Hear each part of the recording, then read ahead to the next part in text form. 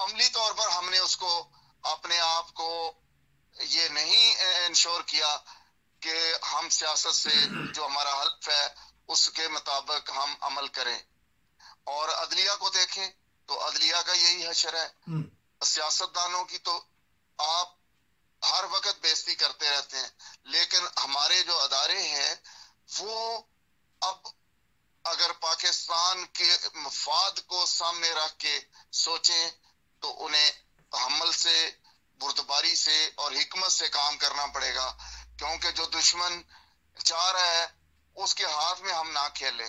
اور باقی جہاں تک آپ نے یہ کہا ہے کہ پاکستان قائد اعظم کا پاکستان ہے، قائد اعظم کے پاکستان کے لیے ہی ہم نے استحکام پاکستان کا جو آبجیکٹو دیا ہے اس کے اندر یہی ہے کہ جو قائد اعظم کا ویژن تھا وہی ہمارا ویژن ہے کہ حقوق سب کے لیے برابر ہوں، میرٹ ہو، عدل و انصاف ہو، اور تمام کے تمام لوگ جب تک اور ادارے سب ان بنیادی اصولوں اور رہنما اصولوں پہ کام نہیں کریں گے اس وقت تک پاکستان میں جو بہتری ہے اس کے اثار میں تو کم از کم نہیں دیکھ رہا، کیونکہ خدا تعالیٰ اس قوم کی حالت نہیں بدلتا جو اپنی حالت خود نہیں بدلتے. اور یہ اقبال نے کہا، یہ قرآن کا بھی فرمان ہے، یہ قدرت کا قانون ہے، کیونکہ میں اس میں جو کچھ ہو رہا ہے اس میں خدا کا قہر اور عذاب دیکھ رہا ہوں، اور جس کی وجہ سے کوئی ادارہ وہ اس کا تقدس قائم نہیں رہا، ان کی عزت برقرار نہیں رہی. اور یہی پاکستان کی سب سے بڑی اس وقت مسئلہ ہے، کیونکہ ہمیں کوئی نہ کوئی ایسا ادارہ چاہیے جو سب کے لیے قابل قبول ہو، جو سب کو انصاف مہیا کرے اور میرٹ کی بات کرے. اس لیے یہ واحد حال یہ ہے کہ ہم جو استحکام پاکستان کا پیغام دینا چاہتے ہیں، یہ اس کرائسس میں اگر ہمارے عوام ہماری بات کو سنیں اور اس پر عمل پیرا ہو جائیں اور ادارے بھی، تو میرا خیال ہے تمام مسائل کا حل نکل آئے گا. اور آج بھی دعا گو بھی ہیں، اور پھر یہ درخواست کرتے ہیں آجزانہ تمام سٹیک ہولڈر سے کہ خدا کے واسطے اس ملک کے لیے اپنے آپ کو، اپنی انا کو ایک سائڈ پہ کر دیں. اس میں سیاستدان بھی، اس میں ادارے بھی، اس میں جوڈیشری ایجنسیاں، ہر کسی کے لیے یہی ہے کہ خدا کے واسطے پہلے پاکستان کو دیکھیں اور ہم اس مقابلے بازی میں اور اپنی انا پرستی میں کہیں بہت بڑا نقصان نہ کروا بیٹھیں، کیونکہ دشمن طاق میں بیٹھا ہے اور ہم خود ہی ان کے ہاتھوں میں کھیل رہے ہیں، اور سارے کارڈز ہم نے دشمن کے ہاتھوں میں دے دیے ہیں کہ کھل کے کھیلو. عوام اور فوج کے درمیان، عوام اور عدلیہ کے درمیان اس قدر خلیج ہے، تو آپ بتائیں کہ اس کا کیا، اس کا نتیجہ کیا نکل سکتا ہے؟ ٹھیک، میں اور جب تک سیاسی پارٹیاں ہیں وہ آپس میں بیٹھنے کو تیار ہی نہیں ہیں، کیسے بیٹھے ہیں اس ماحول میں؟ چل، سیاسی پارٹیاں تو ایک طرف رہیں جس طرح آپ نے کڑوا سچ کہا، لیکن ایک تو سچ شرح دستور پہ دستور کی دھجیاں اڑا دی گئیں. کبھی یہ بھی ہوا ہے کہ جو حاضر چیف جسٹس ہے اس کو سامنے کھڑے ہو کے کمرے کے یہ کہا جائے استعفیٰ دے دو. کل یہ ہونے والی وزیر اعظم ہے مریم نواز، یا کوئی نہ کوئی بڑے عہدے پہ آئیں گی، تو ان کو محسوس نہیں ہوگا کہ میں نے کیا الفاظ کہہ دیے ہیں. ایک جس نے جسٹس دینا اپنے قاضی کے متعلق کہ دھمکیاں دی جا رہی ہیں کہ آپ استعفیٰ دے دیں، آپ کے نیچے ہم نے انتخابات نہیں کروانے، آئین کہتا ہے انتخاب کروائیں. وہ کہتی ہیں کہ نہیں، یہ چیف جسٹس جب تک رہیں گے ہم انتخابات نہیں کرائیں گے.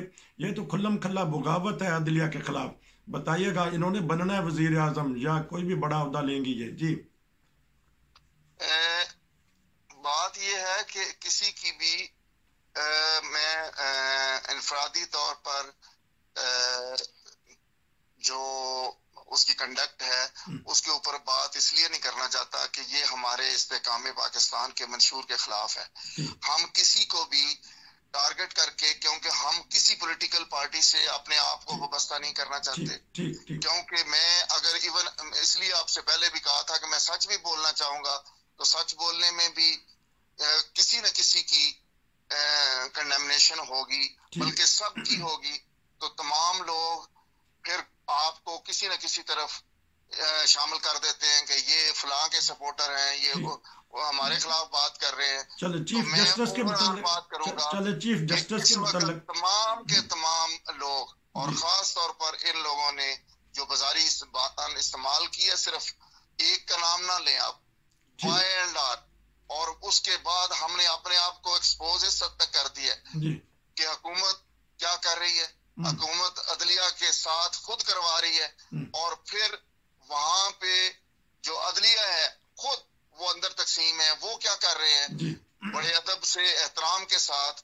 جو ہمارے سپریم کورٹ ہائیسٹ کورٹ ہے وہاں سے جو وائبز آ رہی ہیں وہ بھی کوئی اچھی وائبز نہیں ہیں. جی تو اس لیے میں اسی پہ آپ سے درخواست کروں گا کہ آپ میرے ساتھ اس دعا میں شامل ہو جائیں کہ پاکستان کی اللہ تعالیٰ حفاظت کرے اور پاکستان قائم دائم رہے اور شاد باد رہے اور ترقی کرتا رہے. اور ہم سب کو اللہ تعالیٰ، میں اپنے آپ کو بھی اس میں شامل کرتا ہوں کہ ہمیں ہدایت دے کہ ہم اس ملک کی مسائل کو حل کرنے والے ہوں، مشکلیں بڑھانے والے نہ ہوں. آمین. بڑی زبردست آپ نے دعا کر دی. میں نے صرف اس خبر پہ کہ جو سر عام اب میڈیا پہ چلی ہے کہ دھمکیاں دی جا رہی ہیں، جسٹس کو دھمکیاں دی جا رہی ہیں ایک طرف سے افواج پاکستان کو. بہرحال اس طرح ملک نہیں چلتے، اس طرح تو انارکی پیدا ہوتی ہے. آپ کا بہت شکریہ. یہ تھے بہت ناظرین، انفارچونیٹ ہے، یہ بہت انفارچونیٹ ہے، لیکن میں پھر استحکام پاکستان کے میسج کی طرف ہی آؤں گا کہ وہ ہے علاج ان تمام بیماریوں کا. بیماریوں کا اللہ تعالیٰ ہمیں عقل دے اور سمجھ دے. اگر استحکام پاکستان کرنا ہے تو آپس میں پیار محبت کا پیغام یہ کہہ رہی ہیں کہ کسی بھی پارٹی کے ساتھ لگاؤ نہیں ہونا چاہیے. لگاؤ ہونا چاہیے تو پاکستان سے اور پاکستان کی عوام سے. یہ تھے ناظرین میرے ساتھ استحکام پاکستان کے اسپوکس پرسن جو خدمات کرتے رہے ہیں، پاکستان میں سروس کرتے رہے ہیں، بڑے درد دل رکھتے ہیں. جب بھی میں نے ان سے بات کی ہے تو یہ بہت ہی کہتے ہیں کہ مجھے دکھ ہو رہا ہے پاکستان کے حالات دیکھ کے. اللہ کرے کہ پاکستان کے حالات بہتر سے بہتر ہوں تاکہ جو اوورسیز پاکستانی ہیں ان کو بھی سکون ملے، وہ بھی اپنی جو سی ماں دھرتی ہے اس کی طرف دیکھیں اور وہاں جا کے کاروبار کریں، وہاں جا کے رہیں. بہرحال دل تو دکھتا ہے کہ ایسی ایسی چیزیں اٹھانے کے، آپ کو بتانے کی. انشاءاللہ پھر آپ سے بات ہوگی. نصیر کو اجازت دیجیے. السلام علیکم.